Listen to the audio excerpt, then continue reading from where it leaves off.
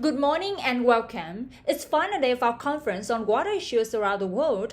In the past 3 days, we heard a lot of lectures on water and its effect on all of our lives, the importance of water, issues with water use, problems with availability of water, and so on.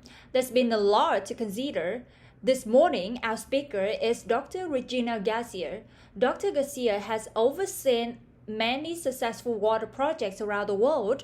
She's going to tell us a few interesting projects that's going on right now, and then she will take some of your questions. Welcome, Dr. Garcia. Thank you very much. I'm very happy to be here today.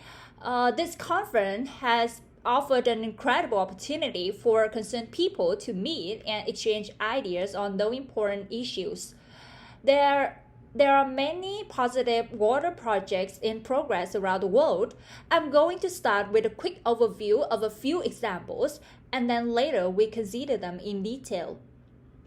The first is here in the United States near El Paso, Texas, in a small town called San Elizario. San Elizario is a poor town, and until just recently, the residents did not have a water system in the town. So water for drinking, cooking, and toilets was difficult to get. A family might typically have 2 buckets of water to use. This was for the entire family and would be used for both cooking and washing. The water authority has told the town repeatedly that the water and sewage system would be installed, but it never happened. Finally, the woman of the town had enough and decided to do something about this problem. They got together and built a water system for themselves. Obviously, they had to learn as they went along, but they built things themselves and raised money throughout the project. And they did it. The lives of a family in San Elizario had changed enormously because they now have enough water for everyday activities. People from nearby towns that do not have a water system have visited the town to get ideas about how they might set up something similar. This is a real success story. Another example of successful project is in India, in the city of Kolkata. Now, Kolkata is one of the most populated and polluted areas in India, but on the edge of the city, there are some large ponds of sparkling water called the Kolkata wetlands.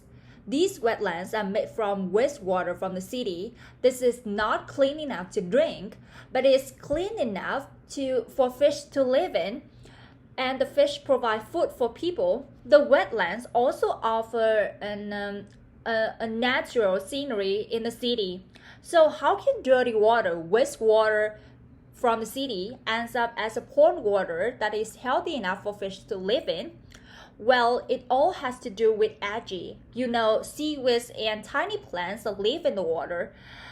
The algae actually ate the waste, so eventually the water is changed into cleaner water that fish can live in. The person who figured out how this worked and developed the project believes that this simple water cleaning system could be used in other places. There's no expensive technology required. There's no expensive technology involved.